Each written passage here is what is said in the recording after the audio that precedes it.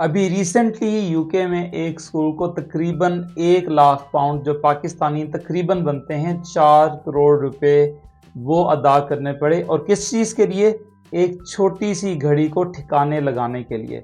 शायद अगर आप इंडिया या पाकिस्तान में हैं तो ये आपको बात शायद बहुत ज़्यादा फ़नी लगे, मुज़क्का खेज़ लगे, लेकिन ये रियलिटी है। और स्कूल को इतने ज़्यादा पैसे क्यों भरने पड़े, ये तमाम चीज़ें जो हैं वो आज की वीडियो में डिस्कस होंगी। इसको पूरा ज़रूर देखिएगा। I am Risan here and welcome to my Facebook page and YouTube channel. जैसे कि मैंने आपको बताया कि आज की वीडियो में मैं आपको बताऊंगा कि स्कूल को इतने ज़्यादा पैसे क्यों देने पड़े, वो भी एक घड़ी को ठिकाने लगाने के लिए। तो इसके लिए मुझे थोड़ा सा आपको एक बैकग्राउंड पे लेके जाना पड़ेगा ताकि थोड़ा सा आपको आइडिया और फिर मेरी बात समझाना आसान हो जाएगा। तो बेसिकली हमारे पास जो रेडिएशन है, ये रेडियो एक्टिव मटीरियल्स हैं, उसमें से जब भी कोई तापकारी निकलती है तो वो 3 तरह की होती है, जिसको अल्फ़ा, बीटा या गैमा कहा जाता है। और मैं नहीं चाहता कि मैं इस वीडियो को बहुत ज़्यादा कोई साइंटिफिक रखूं। मैं अपनी ऑडियंस को सिर्फ ये बात समझाने के लिए बता रहा हूँ कि जब रेडिएशन निकलती है किसी भी मटेरियल में से तो वो हमारे लिए बहुत ज़्यादा डेंजरस हो सकती है और उससे कैंसर भी कॉज हो सकता है। और शायद आपको पता हो कि 1945 में वर्ल्ड वॉर 2 के अंदर जापान पे जब अमेरिका ने एटम बम जो है वो गिराया था लिटिल बॉय के नाम से, तो उसकी रेडिएशन आज तक उस इलाके के अंदर जो है वो फील होती है। और अभी भी उस इलाके के जो लोग हैं वो सफ़र कर रहे हैं। इवन आप देखेंगे कितना अर्सा जो है वो गुजर चुका है। तो अब ये जो रेडिएशन है उसका क्या ताल्लुक है इस घड़ी के साथ, अब मैं आपको एक्सप्लेन करता हूँ। अब यहाँ पर जो GCSE है यानी कि ईयर 11, वहाँ पे फिज़िक्स के अंदर एक टॉपिक है जिसको रेडिएशंस कहा जाता है। अल्फ़ा, बीटा और गैमा डिके जो है वो हम बच्चों को पढ़ाते हैं उसके अंदर। और ऑब्वियसली यहाँ पर जो बातें हैं वो ज़ुबानी कलामी बातें नहीं होती। यहाँ पर आप प्रैक्टिकल या डिमॉन्स्ट्रेशन के ज़रिए बच्चों को चीज़ें करवाते हैं। तो यहाँ पर जितने भी सेकेंडरी स्कूल्स हैं, साइंस डिपार्टमेंट्स के अंदर अल्फ़ा, बीटा या गैमा जो सोर्स है, जो मटीरियल है, जो रेडियो एक्टिव मटीरियल है, उसको रखा जाता है। और एक बहुत ही सेफ़ एनवायरनमेंट के अंदर और एक बहुत ही सिक्योर तरीके से उसकी जो डेमोन्स्ट्रेशंस हैं वो कंडक्ट की जाती हैं ताकि बच्चों को वो बात भी समझ में आ जाए और बच्चों का किसी भी किस्म का या जो वहाँ पे उसको हैंडल कर रहे हैं उसमें किसी किस्म का किसी को हेल्थ इश्यूज़ ना हो। और ऑब्वियसली यहाँ पर जो हेल्थ एंड सेफ्टी है उसके भी रेगुलेशंस जो हैं वो बहुत इंपॉर्टेंट है, क्योंकि हर स्कूल को जो गवर्नमेंट की रेगुलेशंस हैं इससे रिलेटेड उसको ना सिर्फ इम्प्लीमेंट करना पड़ता है बल्कि गवर्नमेंट के लेवल पे विजिट्स भी होते हैं स्कूलों के अंदर, जो बेसिकली ये देख रहे होते हैं कि जो आपके पास सोर्सेज पड़े हुए हैं उनकी क्या हालत है, उनको कौन कौन यूज़ कर रहा है और उसके अंदर किसी किस्म का कोई इशू तो नहीं है। But anyways coming back to that school story जिसके बारे में आपको बता रहा था कि एक स्कूल था जो बेसिकली सेकेंडरी स्कूल था और वहाँ पर बहुत पुराने वक्तों में तकरीबन 100 साल पहले जो वर्ल्ड वॉर 1 हुई थी उससे रिलेटेड एक क्लॉक जो थी वो पड़ी थी और किसी को नहीं पता था कि ये रेडियो एक्टिव है। वो ऑब्वियसली स्कूल जो है वो 100 साल पुराना है, लेकिन यहाँ पर रिकॉर्ड जो है उसको मेंटेन किया जाता है। जब आप कोई भी सोर्स मंगवाते हैं रेडियो एक्टिव सोर्स, तो उसके बारे में एक लॉग बुक जो है उसको मेंटेन किया जाता है जिसमें ये आइडिया होता है कि वो उसमें जो सोर्सेज हैं वो कौन कौन से हैं। बट अनलकीली उस स्कूल के लिए क्या हुआ, या लकीली फॉर द किड्स जो स्कूल में थे या जो स्टाफ है वहाँ के लिए, वहाँ पर जो रेडिएशन इंस्पेक्टर्स थे उन्होंने जाके विज़िट किया तो उनको आइडिया हुआ कि यहाँ पर जो सोर्सेज हैं वो तो ठीक हैं, लेकिन एक लॉक थी जिसमें से रेडिएशंस जो हैं वो इमिट हो रही थी बहुत ज़्यादा। जब उन्होंने रीडिंग्स चेक की तो दे वर सरप्राइज के जो सेफ्टी रेगुलेशंस हैं उससे भी बहुत ज़्यादा जो रेडिएशंस हैं उस क्लॉक में से आ रही हैं।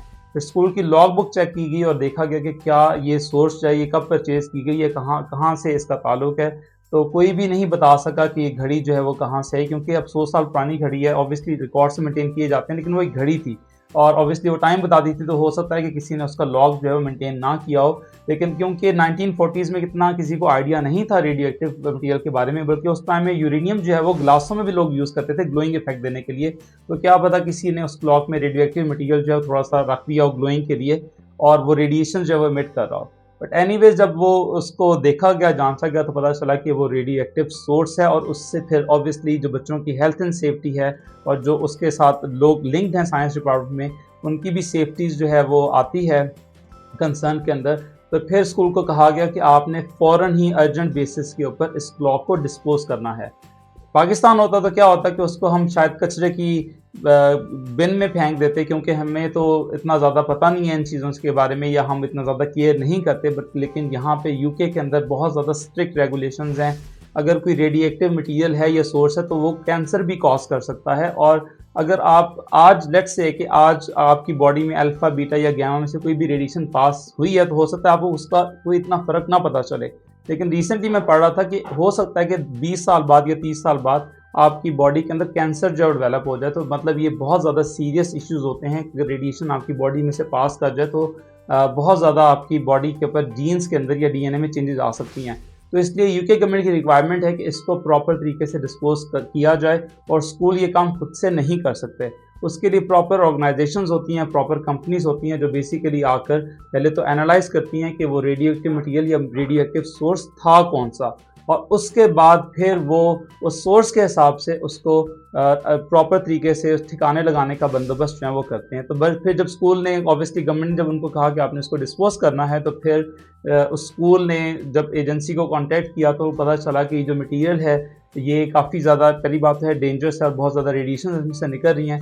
तो जो स्कूल को कॉस्ट पे करनी पड़ी, जो स्कूल को पैसे अदा करने पड़े, वो तकरीबन 1 लाख पाउंड से ज़्यादा थे। अब यहाँ पर ये बात समझना बहुत ज़रूरी है कि यहाँ पे स्कूलों के पास फंडिंग नहीं होती। कई स्कूल्स जो अपनी फैसिलिटीज़ हैं, जैसे कि स्पोर्ट्स हॉल है या डिफरेंट तरह की और फैसिलिटीज़ हैं, उनको रेंट पे लगा के अपनी इनकम जनरेट करने की कोशिश कर रहे हैं। ऑब्वियसली स्टेट की तरफ से भी उनको कुछ फंड मिलता है, लेकिन स्कूल के अकाउंट में से अगर 1 लाख पाउंड चले जाएँ तो उसका आप अंदाज़ा खुद ही लगा सकते हैं कि स्कूल के ऊपर कितना ज़्यादा फाइनेंशियल जो बर्डन है वो पड़ा होगा। बट एनीवेज रेगुलेशंस, यहाँ पे रेगुलेशंस हैं, आपको उनका बहुत ज़्यादा ध्यान रखना होता है। हमारे स्कूल में भी इसी तरीके से है, और रिसेंटली मुझे कहा गया कि मैं रेडिएशन प्रोटेक्शन सुपरवाइज़र की ट्रेनिंग जो है उसको अटेंड करूं, क्योंकि जो हमारे स्कूल में प्रीवियस फिज़िक्स टीचर थे वो ज़िम्मेदारी उनके थी। अब फिज़िक्स का जो हेड हूँ मैं यहाँ पे अपने स्कूल में, मैं हेड ऑफ़ फिज़िक्स हूँ, तो अब ये ज़िम्मेदारी जो है वो मेरे शोल्डर्स के ऊपर है। तो मैं रिसेंटली एक ट्रेनिंग मैंने अटेंड की, जो बेसिकली पूरे दिन की ट्रेनिंग थी, जिसकी में उन्होंने हमें बताया कि आपने रेडिएक्टिव सोर्सेज को किस तरीके से मैनेज करना है, किस तरीके से लॉग बुक बनानी है। अपने जो स्टाफ है और टेक्नीशियंस हैं, ये जो टीचर्स हैं, उनको ट्रेन करने की भी ज़िम्मेदारी अब मेरी है।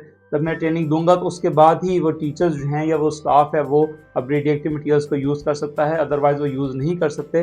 बिल्कुल इसी तरह हमारे स्कूल में के करीब जो काउंसिल लगती है, वहाँ पे रेडिएशन प्रोटेक्शन एडवाइज़र होता है, जो फ्रीक्वेंटली हर साल या 2 साल बाद स्कूल का विजिट भी करता है। स्कूल की एक प्रॉपर लॉग बुक होती है जिसके अंदर ये हिसाब रखा जाता है कि स्कूल के पास रेडिएक्टिव मटीरियल कौन कौन से हैं और वो कब परचेज़ किए गए। तो हमें वो लॉग जो है वो मेंटेन करना पड़ता है, और अगर लेट्स से कि 3 सोर्सेज हमने परचेज़ किए हैं और उनमें से एक सोर्स मिसिंग हो जाए, गुम जाए, तो उसका भी बहुत बड़ा फ़ाइन जो है वो स्कूल को पे करना पड़ता है, क्योंकि वो जो एजेंसी के लोग हैं या जो रेडिएशन प्रोटेक्शन एडवाइज़र है वो हमसे पूछ सकता है कि भाई ये आपके लॉग बुक में 3 सोर्सेज लिखे हुए हैं, तभी 2 सोर्सेज कहाँ गए या एक सोर्स कहाँ चला गया फॉर एग्जांपल। तो अगर हम ना उसका तसल्ली बख्श जवाब दे सके तो उसका मतलब ये होगा कि हमने उसको अच्छे तरीके से हैंडल नहीं किया, मैनेज नहीं किया। तो यहाँ पे हर स्कूल्स के अंदर जब भी वो रेडियो एक्टिव मटीरियल परचेज़ करते हैं तो उसकी लॉग बुक बनती है, उसने कब किस बंदे ने उसको यूज़ किया, किस क्लास में यूज़ हुआ, कौन उसको लेके गया, उसका प्रॉपर एक मैकेनिज़्म होता है, उसको प्रॉपर उसकी लॉग बुक बनाई जाती है और उसका पूरा ध्यान रखा जाता है। जैसे मैंने आपको बताया कि ये स्टेट रिक्वायरमेंट है और इसको बहुत अच्छे तरीके से मैनेज करना बहुत ज़रूरी है। यहाँ पे कई लोग ये भी क्वेश्चन पूछ सकते हैं कि जी फिर इन प्रैक्टिकल्स को करवाने की ज़रूरत क्या है जब इतना बड़ा फ़ाइन जो है वो इस पर हो सकता है। तो बेसिकली यहाँ पर जो गवर्नमेंट है वो बिलीव करती है प्रैक्टिकल्स के ऊपर, और गवर्नमेंट ये बिलीव करती है कि अगर आप टीचर हैं यहाँ पर लेट्स से साइंस डिपार्टमेंट के अंदर, तो एज अ साइंस डिपार्टमेंट ये पूरे डिपार्टमेंट की रिस्पॉन्सिबिलिटी है, ये पूरे स्कूल की रिस्पॉन्सिबिलिटी है कि वो प्रॉपर तरीके से बच्चों को प्रैक्टिकल करवाए और उन चीज़ों के बारे में बच्चों को गाइडलाइन दे, ताकि वो अपने ना सिर्फ पेपर्स अच्छे तरीके से दे सकें बल्कि उनको समझ भी आए कि रेडिएशन जो है उसके फ़ायदे क्या हैं, उसके नुकसान क्या हैं। तो ऑब्वियसली उसके लिए प्रैक्टिकल का होना या डेमोन्स्ट्रेशन का होना बहुत ज़्यादा ज़रूरी है। तो इसलिए यहाँ पे जितने भी स्कूल्स हैं वहाँ पे ये सोर्सेज होते हैं और उसको प्रॉपर तरीके से मेंटेन भी किया जाता है और उसकी प्रॉपर लॉग बुक भी बनाई जाती है, और गवर्नमेंट लेवल पे विजिट्स भी हो रहे होते हैं ताकि मेक श्योर किया जाए कि बच्चों की सेफ्टी, स्टाफ की सेफ्टी और जितने भी लोग हैं उनकी सेफ्टी को इंश्योर किया जाए। सो एनीवेज, अगर कोई भी क्वेश्चन है आपका इस वीडियो से रिलेटेड तो आप कमेंट सेक्शन में ज़रूर पूछेगा। I will be definitely answering them. Thank you so much for watching my videos. Aamir Hasan signing of.